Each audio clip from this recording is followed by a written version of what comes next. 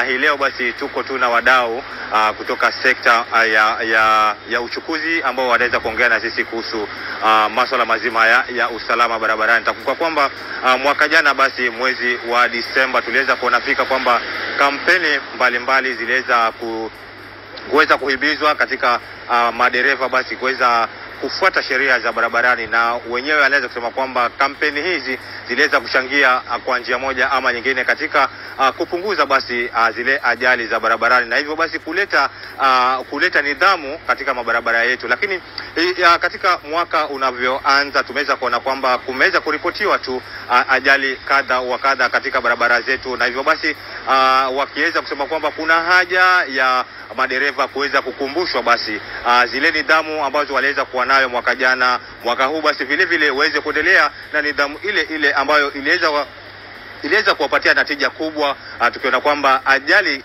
chache katika mkoa wa Pwani ziliweza kuandikishwa hapo, tuweza kuvuka mwaka na kuweza kuingia mwaka wa 2025. Lakini mwaka huu ajali kadha wa kadha zimeweza kuratibiwa, na hivyo basi hususan shule zinapofunguliwa, usafiri na vile vile pia Wakenya mbalimbali kutoka mashambani wakiweza kuanza safari zao za kuweza kurudi mijini mbalimbali, kuna haja ya kuweza kuwakumbusha madereva kwamba nidhamu ni muhimu katika nyakati hizi, ndiposa basi Wakenya waweze kufika salama mahala kokote pale wanapoenda. Lakini hapo tulipo tuko na wadau mbalimbali ambao tutaweza kuongea na wao waweze kutupatia taswira kamili kutokamana basi na mstakabali mzima huu wa masuala mazima ya road safety. Pengine kakangu utaweza kusonga na mimi hapa. Jina lako wetu nani, unatuambia tufika mwaka jana tuliweza kuona kwamba mliweza kuwa na mchakato mzima wa kuhamasisha Wakenya na vile vile madereva kuhusu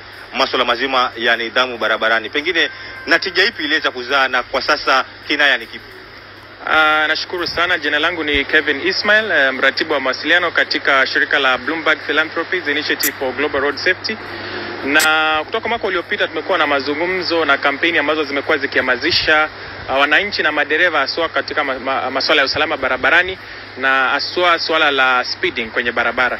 Na tumeona kampeni imekuwa ikiendelea vizuri sasa na bado inaendelea, na tumeweza kuona mambo mengi yameweza kubadilika.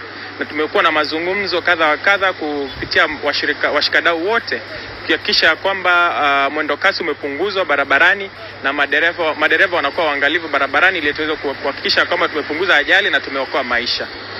Na mwaka unapoanza tumeona kwamba kuna ajali jana, ajali ambayo ilisababisha hata kupoteza maisha ya Wakenya. Pengine unaona vipi hususan tunapoanza mwaka na zile kampeni ambazo tumeweza kuzitia mkazo? Ni nini hasa kinastahili kuzingatiwa hususan tukianza kuongelea swala zima la ile ajali ya jana? Tunazidi kuhimiza madereva kuwa waangalifu barabarani, na pia katika hata haswa tunapozungumzia masuala ya mwendo kasi pia tunahimiza madereva waweze kuwa waangalifu katika kuhakikisha kwamba magari ambayo yaliyoko barabarani yanahitimu zile standards ambazo zinahitajika, ili kuhakikisha kwamba hatuwezi kupata ajali ambazo kama ile ambayo sasa imetokea pale Changamwe siku ya Jumatatu. Kwa hivyo tunaendelea kuhimiza madereva wakuwe waangalifu, na wenye magari pia wahakikisha kwamba kila gari ambayo inaingia kwenye barabara imetimiza zile standards ambazo zimekuwa set by NTSA ili kuhakikisha kwamba tumepunguza ajali barabarani. Jana tuliweza kuwa na mchakato mzima kwamba maafisa wa polisi waliweza kuanzisha mchakato wa kuhakikisha kwamba usalama unaimarishwa na vile vile magari mengi yanaweza kubaki barabarani. Lakini mchakato mzima kama unapoanzishwa, matatu nyingi tunaweza kuona kwamba huwa wanaweza kuelezana na hatimaye matatu zile zinaweza kubaki ama kuweza kuwekwa parking ndiposa paka hii reke iweze kuisha. Pengine unaweza kuzungumzia swala zima kama hili? Jambo muhimu ni kuwajibika, na kuwajibika si kwa madereva tu, ila pia kwa wale ambao wanahusika katika kutekeleza na kuhakikisha sheria ambazo zimewekwa na kanuni barabarani zimeweza kutimizwa.